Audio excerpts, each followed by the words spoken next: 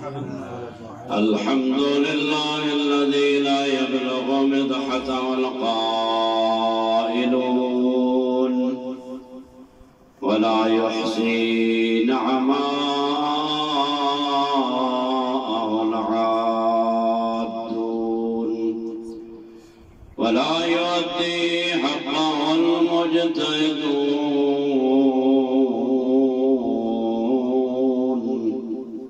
الذي لا يدركه بعد الهمم ولا يناله غوص الفطن فطر الخلائق بقدرته ونشر الرياح برحمته ووتد بالصخور ميدان أرضه والصلاة والسلام على العبد المؤيد والرسول المسدد المصطفى الأمجد المحمود الأحمد حبيب إله العالمين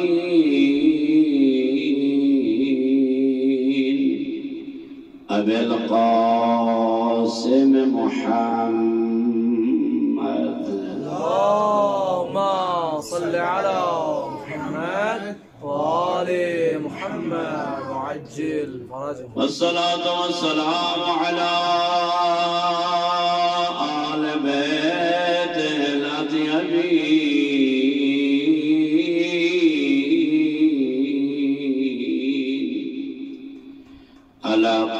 الأطهرين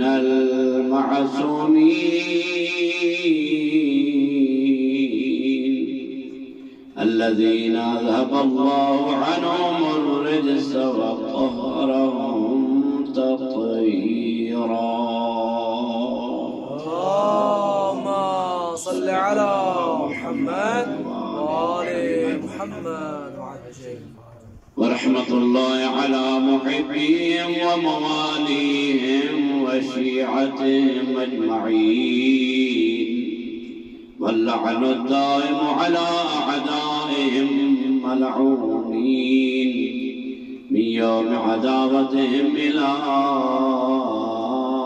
أبد الآبدين أما بعد فقد قال الرحمن في القرآن بسم الله الرحمن الرحيم يا أيها الذين آمنوا ادخلوا في السلم كافة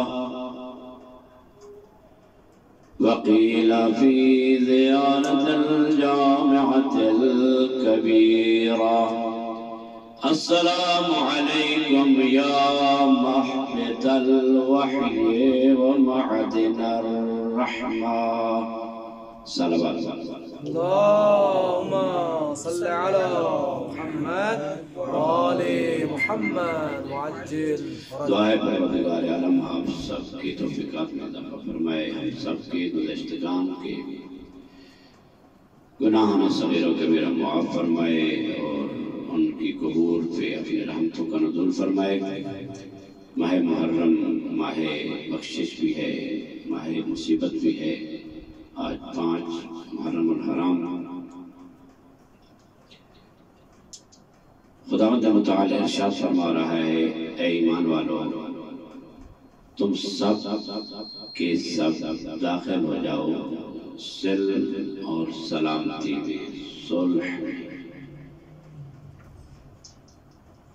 اور زیارت جامع کبیرہ میں آج جو آپ کی خدمت میں مختصر وقت میں عرض کرنا ہے وہ محبت الوحی ومعدن الرسالہ ائمہ علیہ السلام السلام علیکم یا اہل بیت النبوہ یہاں تک محبت الوحی ائمہ علیہ السلام کے بارے میں ایک زائر، ایک سلام کرنے والا، اور اسلام کا بہترین اور سستا ترین تحفہ اور تحیہ گفٹ یہ ہے کہ انسان ایک دوسرے کو مسلمان مومن سلام کرے، دعا کرے سلامتی کی، اور اس سے زیادہ بہتر اور برتر کیا ہو سکتا ہے شکر منعم کے عنوان سے بھی، کہ اگرچہ منعم حقیقی اولی و اولم بالذات ذات پروردگار ہے کہ جو تمام خزانوں کا مالک ہے، اور دوسرے درجہ پر یہی ذوات مقدسہ ہیں کہ جن کو خداوند متعال نے ہمارے لیے بہترین مقام قرار دیا ہے کہ ہم ان کے مرتبہ اور مقام کو پہچان کر ان کی خدمت میں اپنا اظہار عقیدت اور اظہار تحیت پیش کریں۔ اور ظاہر ہے کہ سلام جو ہے انسان دیتا ہے تو سلام کا جواب بھی واجب ہے۔ ایک یہ بھی ہمیں بینیفٹ ملا کہ ہمارے اوپر یہ سلام ہے تو سلام جس پر کیا جا رہا ہے اس کے اوپر سلام کا جواب دینا بھی واجب ہے۔ جس طرح کہ ہم زیارات میں پڑھتے ہیں کہ امام رضا علیہ السلام کی زیارت میں بھی اور باقی ائمہ طاہرین علیہ السلام کی زیارات میں پڑھتے ہیں کہ انتم تسمعون کلامی و تردون سلامی، آپ ہماری باتوں کو سنتے بھی ہیں اور ہمارے سلام کا جواب بھی دیتے ہیں۔ اگرچہ دنیا کی مادیات میں ہمارے ان کانوں پر پردہ ڈالا ہوا ہے کہ جو کان ان کی آواز کو سن نہیں سکتے۔ السلام علیکم یا مہبط الوحی، اس بارے میں چند ایک باتیں عرض کرتا ہوں کہ مہبط حبوط سے ہے اور وہ مقام کہ جہاں پہ اترنا ہوتا ہے۔ یہ فرشتے جو ہیں ائمہ علیہ السلام کے بعد یا پیغمبر اکرم کے بعد خصوصی یہ ملتا ہے کہ جب جبرائیل امین پیغمبر اکرم کی خدمت میں آتے تھے تو مثل ایک غلام کے، کہ جس طرح غلام اپنے آقا کے سامنے بیٹھتا ہے، جبرائیل نبی کے سامنے اسی طرح بیٹھا کرتے تھے، اور جب داخل ہوتے تو اجازت کے ساتھ داخل ہوتے تھے۔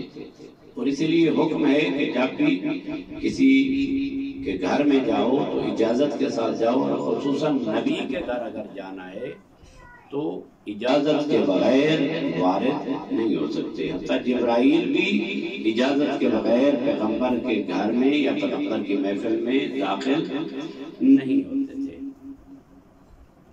مہبط یہ وہ جگہ ہے، یعنی مکان کے بارے میں اس کا حبوط یعنی اوپر سے نیچے آنا، بلند جگہ سے نچلی جگہ پر آنا، فراز سے نشیب کی طرف آنا۔ البتہ نزول اور حبوط معنی ان کا ایک ہی ہے، لیکن ان دو میں ایک بنیادی فرق ہے۔ وہ فرق آپ کی خدمت میں بیان کرتا ہوں، سننے کے لیے ایک صلوات۔ اللہم صل علی محمد وآل محمد وعجل فرج۔ نزول اور حبوط میں یہ مد نظر ہوتا ہے، البتہ وہ میں آپ کی خدمت میں بیان کروں گا کہ حبوط بھی اس کی ایک اقسام ہے، لیکن اس میں مد نظر یہ ہوتا ہے کہ اوپر سے نیچے آنا اور کسی جگہ پر مستقر ہو، کسی جگہ پر ٹھہرنا مد نظر ہوتا ہے، مد نظر جو ہوتا ہے وہ ٹھہرنا ہوتا ہے۔ البتہ نزول بھی ایسے ہی ہے، جو چیز نازل ہوتی ہے اس کا مکان ہوتا ہے، مقام ہوتا ہے، اس کی ایک پلیس ہوتی ہے کہ جہاں پر وہ چیز نازل ہوتی ہے، لیکن حبوط میں جو خصوصی طور پر مد نظر ہوتا ہے وہ اس حبوط کرنے والی چیز جو اوپر سے آ رہی ہے اس کا مد نظر یہ ہوتا ہے کہ یہ فلاں مقام پر مستقر ہو جائے، وہاں اس ٹھکانے میں پہنچ جائے۔ اور قرآن میں اس کو استعمال کیا ہے فَأَهْبِطُوا، مختلف اقوام کے لیے، بنی اسرائیل کے لیے فَأَهْبِطُوا مِصْرًا فَإِنَّ لَكُمْ مَا سَأَلْتُمْ وَضُرِبَتْ عَلَيْهِمُ الذِّلَّةُ وَالْمَسْكَنَةُ۔ اور حضرت آدم علیہ السلام کے بارے میں یہ فَأَهْبِطُوا مِنْهَا جَمِيعًا فَإِمَّا يَأْتِيَنَّكُم مِّنِّي هُدًى فَمَن تَبِعَ هُدَايَ فَلَا خَوْفٌ عَلَيْهِمْ وَلَا هُمْ يَحْزَنُونَ۔ اور اس طرح قرآن میں حبوط کا جو ہے لفظ استعمال ہوا ہے، یعنی چلے جاؤ، اور وہاں پر یہ مد نظر ہوتا ہے کہ فلاں جگہ پر تمہارا استقلال ہے۔ البتہ نزول اور عروج یعنی وہاں مبدأ سے، یعنی جو مقام ابتدا ہے وہاں سے دونوں جدا ہوتے ہیں، لیکن نزول کے لیے مد نظر مقام نہیں ہوتا، کہ اگرچہ ہوتا ہے مقام ہوتا ہے، لیکن حبوط کے لیے اس کا مقام مد نظر ہوتا ہے۔ وہی مہبط الوحی اور حبوط جو ہے وہ مختلف اقسام پر مشتمل ہے، کہ بلند جگہ سے آنا اور استقرار ہونا کسی جگہ پر مستقر ٹھہرنا، اور بلند مقام سے آنا، مقام سے آنا، اور یعنی کسی بلند مقام سے نیچے آنا، اس کو بھی کہا جاتا ہے۔ ایک ہے مکان، ایک ہے مقام، یعنی مکان اونچی والی جگہ سے نیچے کی طرف آنا، اور ایک ہے معنوی طور پر بلند مقام سے نچلے مقام کی طرف آنا۔ یہ دونوں ہے، یعنی فزیکل طور پر بھی، مادی اعتبار سے بھی اوپر سے نیچے آنا، اور ایک معنوی اعتبار سے ایک انسان قدر و منزلت کا بڑا ہے، اس کی قدر و منزلت زیادہ ہے، اس کی قدر و منزلت کو کم کرنے کے لیے اس کو حبوط کہا جاتا ہے۔ کہ جس طرح شیطان کے بارے میں بھی ہے کہ شیطان کے لیے حبوط کا لفظ استعمال کیا گیا کہ اس کی ذلت اور اس کی خواری اور اس کی سزا کے طور پر پروردگار عالم نے حبوط کا لفظ استعمال کیا شیطان کے لیے۔ اور ایک حبوط ہے حضرت آدم علیہ السلام کے لیے کہ جو پروردگار عالم نے منع فرمایا کہ لا تقربا هذه الشجرة فتكون من الظالمین۔ البتہ اس میں ایک بات ہے کہ یہ گناہ تھا یا نہیں تھا، معصیت پیغمبر سے نہیں ہوتی ہے، یہ تارک اولیٰ ہے۔ اس کی بات لمبی ہے جو علماء نے اپنی کتابوں میں تفاسیر میں کی ہے، اس بات میں نہیں جاتا، لیکن یہاں پر حضرت آدم علیہ السلام کا جو سلسلہ تھا حبوط کا، اس کے بارے میں ایت العظمیٰ جوادی عاملی ارشاد فرماتے ہیں کہ یہاں حضرت آدم کا حبوط جو اللہ نے فرمایا وہ حبوط ہے استخلاف کے لیے اور نیابت کے لیے۔ اللہ نے انی جاعل فی الارض خلیفہ، اللہ کا یہ پروگرام تھا کہ زمین پر خلیفہ بنانا ہے۔ وہ رموز و اسرار وہ خدا جانتے ہیں، اور وہ ائمہ طاہرین علیہ السلام جانتے ہیں کہ وہ جو ماجرا تھا اس میں استخلاف اور نیابت کا کام تھا، کہ جو اللہ نے حضرت آدم علیہ السلام کو اس مقام سے دوسرے مقام پر بھیج دیا، یا ایک مقام سے دوسرے مکان کی طرف بھیج دیا، وہاں نیابت کا سلسلہ تھا اور استخلاف کا سلسلہ تھا، ورنہ وہاں پر نعوذ باللہ من ذالک حضرت آدم علیہ السلام کی نعوذ باللہ کوئی ذلت یا کوئی خواری یا اس قسم کی کوئی صدا اس اعتبار سے کہ کوئی وہاں ان کے مقام کو کم کر سکے، وہ ایسی بات نہیں تھی۔ ایت العظمیٰ جواد عملی اس فقرے کی تفسیر میں یہی فرماتے ہیں۔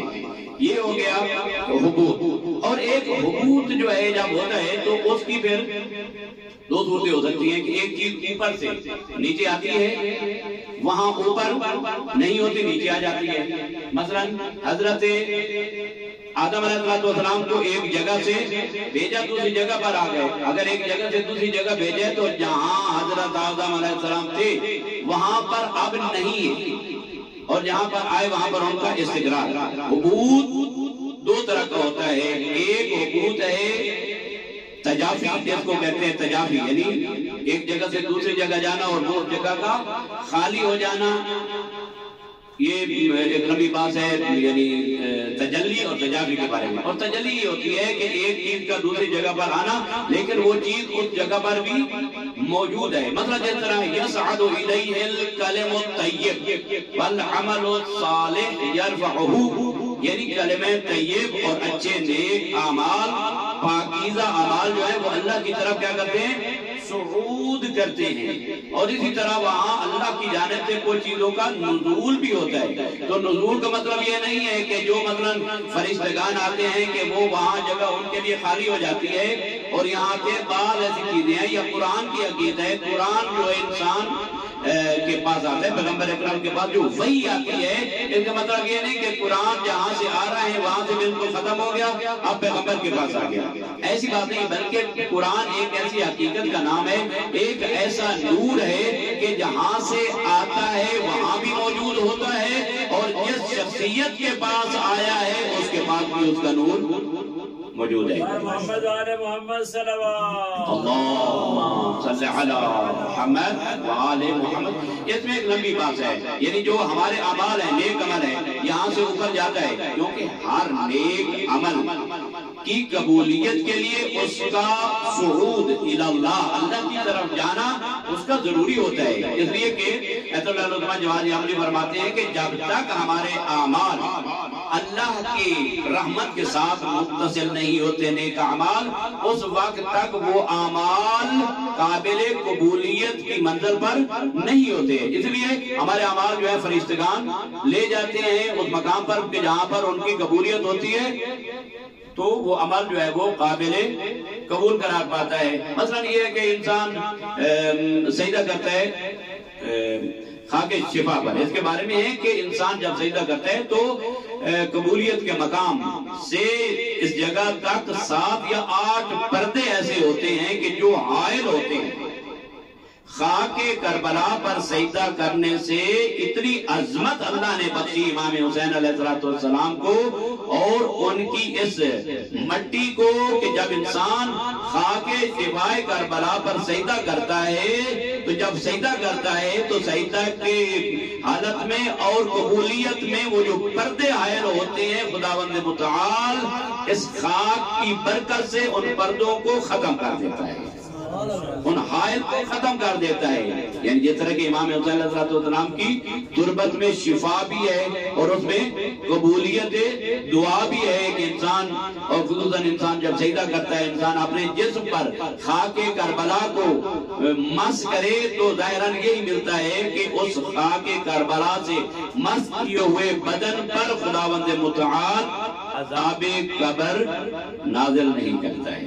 بلند آواز سے صلوات پڑھیں. اللہم صلی علی محمد محمد. یہ جو وحی کا سلسلہ ہے یہ تجافی نہیں ہوتی، یہ تجلی ہوتی ہے.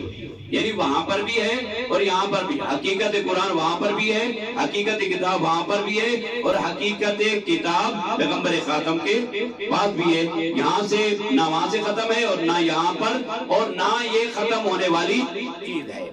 یعنی مختلف اقسام وحی ہیں. اس کو وہی سمجھ سکتا ہے کہ جس کے اوپر وحی نازل ہو رہی ہوتی ہے، نبی سمجھتا ہے یا رسول سمجھتا ہے. اور یہ خود میری اپنی استخراج ہے کہ باقی انبیاء پر تو صحیفے نازل ہوئے، ایک مرتبہ نازل ہو گئے. جبرائیل امین صحیفے لے کر آتے تھے اور مختلف انبیاء پر ان کو کسی کو 30 صحیفے دے دیے، کسی کو 40. مختلف انبیاء کو صحیفے ملتے رہے، لیکن پیغمبر اکرم کو پروردگار عالم نے ایک ہی مرتبہ قرآن نہیں دی. اور شاید اس کی یہ وجہ ممکن ہو سکتی ہے کہ قرآن کے معانی اور مفاہیم اور قرآن کا نزول اتنا عظیم تھا، اتنا سخت تھا. ممکن ہے ان ہستیوں کے، البتہ یہ ہے استخراج ہے، ممکن ہے ان کے لیے خدا نے مناسب نہ سمجھو کہ اتنی یک بار کی۔ دوسری بات یہ ہے کہ اللہ نے ان ملائکہ کو خصوصاً ان ذوات کے تابع قرار دیا ہے، ان ذوات کے غلام ہیں، ان کی خدمت میں فرشتے آتے ہیں۔ اور امام محمد باقر علیہ السلام اس آیت کے ضمن میں کہ یہ تنزل الملائکۃ والروح فیہا، ہم مانتے ہیں کہ، اور قرآن کی واضح آیت ہے کہ شب قدر میں ملائکہ، تنزل الملائکہ والروح، ملائکہ اور روح خدمت امام علیہ السلام میں آتے ہیں۔ اور امام محمد باقر علیہ السلام فرماتے ہیں کہ شب قدر میں تمام ملائکہ، یہ خصوصی یہ حدیث جو امام علیہ السلام سے، یہ تمام ملائکہ شب قدر میں ہم تمام اہل بیت کے ارد گرد چکر لگاتے رہتے ہیں۔ اللہ نے اس قدر عظمت بخشی ان ذوات کو کہ یہ فرشتے جو ہیں اور مختلف دیگر اوقات میں بھی ائمہ علیہ السلام کی خدمت میں ہوتے ہیں، لیکن شب قدر میں جہاں پر مقدرات ہوتے ہیں اور اللہ نے ایک سسٹم بنایا ہے کہ تمام سال کے مقدرات وہاں پر تقسیم امام علیہ السلام کے اذن سے اور یہ پھر لے جاتے ہیں، اس شب میں یہ تمام ملائکہ ائمہ علیہ السلام کی زیارت بھی کرتے ہیں۔ اور شاید یہ ہو کہ نزول قرآن کی ممکن ہے یہ وجہ بھی ہو کہ فرشتے ایک ہی مرتبہ نہ جائیں بلکہ تمام یہ عرصہ جو ہے پیغمبر اکرم کی خدمت میں اور مولا علی علیہ السلام کی خدمت میں جاتے آتے رہیں۔ اس کی دلیل کیا ہے کہ مولا علی علیہ السلام کے پاس، اس کی دلیل یہ ہے کہ جب پیغمبر اکرم پر پہلی وحی کا نزول ہوا اور وہاں پر پیغمبر اکرم وحی وصول کر رہے تھے تو پیغمبر اکرم وہاں پر شیطان کی جب چیخ پکار آ رہی تھی تو پیغمبر اکرم نے پوچھا یا علی یہ جو آواز آ رہی ہے یہ آپ سن رہے ہیں؟ ہاں یا رسول اللہ میں سن رہا ہوں، یہ کس کی آواز ہے؟ تو مولا علی علیہ السلام نے عرض کیا یا رسول اللہ آپ خود ہی بتا دیں یہ کس کی آواز ہے؟ تو پیغمبر اکرم نے فرمایا یا علی ما اسمع تسمع ما ارا ترا،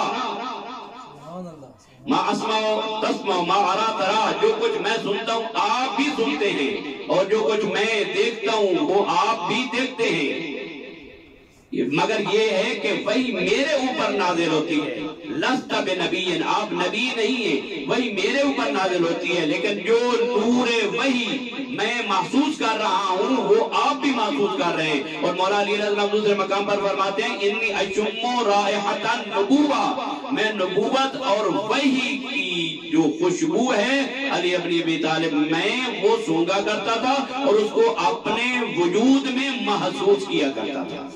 محمد وآل محمد صلوات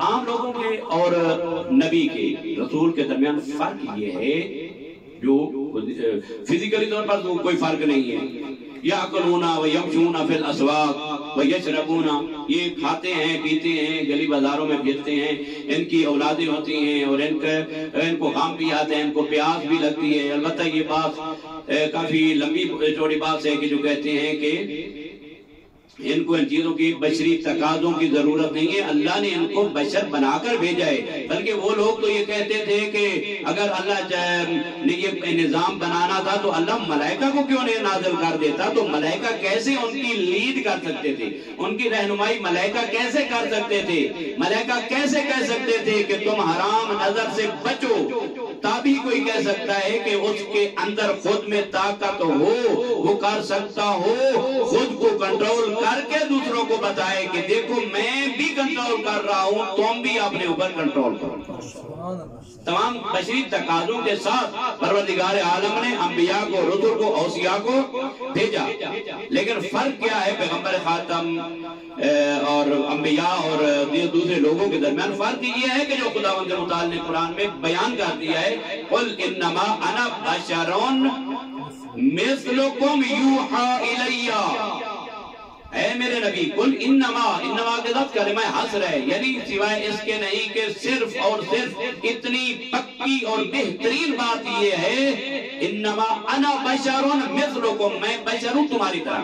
اب یہاں پتہ چل جائے قرآن کی نظر میں ائمہ علیہ السلام پیغمبر اکرم کیا ہے؟ بشر ہیں، بشر ہونے کے ساتھ بھی نور ہیں، یا خدا بند متعال خود فرما رہا ہے کہ نور آیا اور کتاب مبین. نور ہے، پیغمبر بشر ہونے کے باوجود بھی نور ہے، اور نور اور بشر کا آپس میں کوئی تضاد نہیں ہے. نور ہے جو کہ اس کتاب سے جو نورانیت ہے وہ ہمارے قلوب میں منتقل کرتے ہیں، اور اللہ تعالیٰ انہی زبان کے ذریعے ہماری ہدایت کرتا ہے. وہ نور ہے، وہ نور ہدایت ہے کہ جو اللہ نے ان کے ذریعے ہمیں عطا فرمایا. نور بھی ہیں اور بشر بھی ہے، بشری تقاضے ان کے اندر موجود ہیں، لیکن یہ ہے کہ وہی اللہ ان کے اوپر بھیجتا ہے. مین جو ڈیفرنس اور فرق ہے عام لوگوں کے درمیان اور نبی کے درمیان، وہ کیا ہے کہ اللہ ان کے اوپر، نبی کے اوپر وحی کو نازل کرتا ہے. اور پھر مابت الوحی کون ہے؟ ائمہ علیہ السلام ہے. کیوں؟ اس وجہ سے کہ اہل بیت النبوہ، السلام علیکم یا اہل بیت النبوہ، جو چیز بھی اللہ کی جانب سے آتی تھی مولا علی علیہ السلام اس سے مطلع ہوتے تھے، پیغمبر مطلع کرتے تھے. اسی لیے تو پیغمبر اکرم فرماتے ہیں کہ انا مدینۃ العلم وعلی بابها. اگر علی باب مدینۃ العلم ہے تو اسی مدینۃ العلم سے ہی جبرائیل آتے تھے اور پیغمبر اکرم کی خدمت میں جاتے تھے. مولا علی علیہ السلام سے کوئی چیز اوجھل نہیں ہے. پیغمبر نے تمام علم، اللہ کے نبی نے تمام علم علی مرتضیٰ کو دے دیا. علمنی رسول اللہ زکن زکا، اللہ کے رسول نے مجھے علم بطور دقیق عطا فرمایا. اور یہی ایک فکرہ حضرت عباس علمدار کے بارے میں بھی ہے. حضرت عباس علمدار کے بارے میں ان کا اس میں ذکر آ گیا کہ مولا علی علیہ السلام زکل علم زکن زکا. مولا خود فرماتے ہیں کہ میں اپنے بیٹے کو میں نے علم عطا کیا. میں خود علی ابن ابی طالب نے اپنے بیٹے کو، حضرت عباس کا علمی مرتبہ اور مقام وہ تو ان کی زیارت نامے سے بھی محسوس ہو جاتے ہیں کہ علم اور اس تقوی کی بنیاد پر حضرت عباس نے وہ عظیم مراتب حاصل کیے کہ جو تعالی طلب معصوم حضرت عباس علمداری ہیں. تو پیغمبر اور دوسرے لوگوں کے درمیان جو ہے وہ فرق ہے. وہ فرق کس چیز کا ہے کہ وہی نازل ہوتی ہے اور پیغمبر کو اللہ نے یہ خصوصیت عطا کی ہے اور ان کو ہادی اور رہبر بنا کر بھیجا ہے. اور یہی چیز ہے کہ فرشتگان رحمت ائمہ علیہ السلام کے پاس بھی آتے ہیں. اور محمد ابن مسلم نے امام صادق علیہ السلام سے ایک روایت نقل کی ہے کہ امام صادق علیہ السلام فرماتے ہیں کہ اللہ نے اپنی رحمت کے ذریعے ایک مخلوق خلق کی ہے کہ جو عین اللہ ہیں، اذن اللہ ہیں، لسان اللہ ہیں.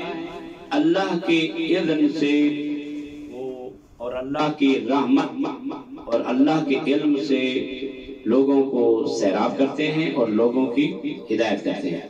تو سائل نے پوچھا کہ من ہم، وہ کون لوگ ہیں کہ جو اللہ نے یہ خلق کیے ہیں؟ تو امام صادق علیہ السلام نے فرمایا ہم الانبیاء والاوصیاء، وہ انبیاء ہیں اور اوصیاء ہیں. سب سے بہتر نبی، سب سے برتر نبی پیغمبر خاتم، اور سب سے افضل ترین اوصیاء ہمارے یہ ائمہ تحریر علیہ السلام ہیں. اللہ نے ان کو بہت عظیم مرتبہ عطا کیا اور ان کو وہ رحمت اور ان کو وہ نور عطا کیا کہ جس نور کو وہ خود جانتے ہیں یا پیغمبر جانتے ہیں. تو یہی نور تو تھا کہ جس نور نے اثر کیا حضرت حر کے قلب اطہر پر. وہ حر کوئی کم جرم نہ تھا، کوئی کم جرم نہ تھا حضرت حر کا، لیکن وہ نورانیت اس کے دل میں تھی، اس کو اجاگر کیا ہے سید الشہداء نے. کربلا کا میدان کوئی ائمہ علیہ السلام کی طرف سے کوئی انتقام کا میدان نہیں تھا. انہوں نے تو دفاع کیا ہے اپنا. وہاں مقام تھا اپنے نور کو منتقل کرنا ان لوگوں کے دلوں میں کہ جو ہدایت سے ہٹ چکے تھے. لیکن حب الحسین حضرت حور کے قلب میں ایسی اتری کہ صبح عاشور اپنے بیٹے سے کہتے ہیں، یہ روایت اکثر بیشتر خطبہ پڑھتے ہیں، ممکن ہے کسی کتاب میں ہو، میں نے پڑھا نہیں، میں نے سنا ہے۔ حضرت حور کہتے ہیں کہ اے بیٹا میں جانا چاہتا ہوں۔ کہاں بابا؟ مولا حسین کی طرف۔ مولا حسین کی طرف؟ ہاں بیٹا، میں اس جہنم سے نکل کر جنت کی طرف جانا چاہتا ہوں، ہدایت کی طرف جانا چاہتا ہوں۔ لیکن بیٹا ایک کام کرو، میرے ان ہاتھوں کو باندھ دو، میری آنکھوں پر پٹی باندھو۔ میرے ان ہاتھوں نے گستاخی کی تھی، مولا حسین کے گھوڑے کی باغ میں ہاتھ ڈالا تھا۔ میری ان آنکھوں کو باندھ دو، میری آنکھیں شرمندہ ہیں مولا حسین سے۔ دیکھیں توبہ ہو تو ایسی ہو جس طرح حور نے توبہ کی۔ مولا حسین کے پیچھے نماز پڑھی تھی حور نے۔ وہ لوگ کہتے ہیں کہ کتنی نمازیں پڑھی تھی حضرت حور نے۔ حضرت حور نمازی تھے، اور راستے میں بھی جس مقام پر پڑاؤ پڑا تھا تو حضرت حور نے مولا سید الشہداء کے پیچھے نماز پڑھی، اور اس وقت سید الشہداء نے حضرت حور کو، ان کے لشکر کو اور ان کی سواریوں کو پانی سے سیراب کیا تھا، اور غالباً حضرت علی اکبر کو مشق دی اور کہا کہ جب تک ان کے حیوان اس پانی سے منہ نہ اٹھا لیں اس وقت تک پانی کو قط نہیں کرنا ہے۔ کتنے عظیم ہیں سید الشہداء، اور کتنے عظیم ہیں حور کہ جن کے دل میں سید الشہداء کی محبت کا نور موجود تھا۔ وہ اجاگر ہوا روز عاشور، اور اپنی آنکھوں پر پٹی باندھی، اپنے ہاتھوں کو باندھا، اور بیٹے سے کہا بیٹا آئیں چلتے ہیں سید الشہداء کی طرف۔ چلے، کچھ سفر طے کیا تھا تو اپنے بیٹے سے پوچھیں بیٹا مجھے معلوم ہوتا ہے کوئی سامنے سے آ رہا ہے، ان کو یہ بتانا کہ میں حور جنگ کے لیے نہیں آ رہا، میں حور توبہ کے لیے آ رہا ہوں، میں حور جہنم سے نکل کر جنت کی طرف آ رہا ہوں، میں اپنے سید و سردار کی طرف آ رہا ہوں، میں فرزند زہرا کی طرف آ رہا ہوں، میں حسین مولا کی خدمت میں آ رہا ہوں، میں ان بیویوں سے معافی طلب کرنا چاہتا ہوں کہ جن بیویوں نے دیکھا تھا میں نے اتنی بڑی گستاخی کی تھی۔ تو جب جا رہے تھے تو حضرت امام حسین علیہ السلام نے فرمایا اے بھیا عباس ذرا جاؤ نا، میرا مہمان آ رہا ہے۔ حضرت عباس علمدار چلے حضرت حور کی طرف، حضرت حور کا استقبال کیا۔ کتنے کریم ہے، رحمت الہی کا مظہر ہے حسین ابن علی کی۔ اتنا گستاخ تھا لیکن جب مہمان بن کر آ رہا ہے تو حضرت عباس علمدار کو بھیجا جاؤ میرے مہمان کو استقبال کے ساتھ لے آؤ۔ حضرت عباس استقبال کے لیے گئے۔ میں کہتا ہوں حضرت حور نے بہت شرمندگی کا اظہار کیا ہے، میرے مولا ہے، میرے آقا میرا استقبال نہ کیجیے، میں خطا کار ہوں، علی من التوبہ، کیا میری لیے توبہ کی کوئی گنجائش ہے یا نہیں؟ تو مولا حسین نے فرمایا ہوگا اے حور تو نے بہترین پہچانا ہے، کیا میں رحمت الہی کا مظہر حسین نہیں ہوں؟ یقیناً تیرے لیے توبہ ہے۔ عزاداروں توبہ کرنے والا ہو رہے، قبول کرنے والا حسین کہتے ہیں مولا اب مجھے اجازت دیجئے۔ مولا فرماتے ہیں اور میرے پاس پانی نہیں تو میں تجھے پانی پلاتا۔ کتنا کریم ہے حسین، مہمان کی خدمت کے لیے فرماتے ہیں اور فرمایا ہوگا میرے بچے پیاسے ہیں، میری بیٹیاں پیاسی، میرا اصغر پیاسا ہے، لیکن کہتے ہیں اور میرے پاس پانی ہوتا میں تجھے پلاتا، اور کہتا ہے مولا میں شرمندہ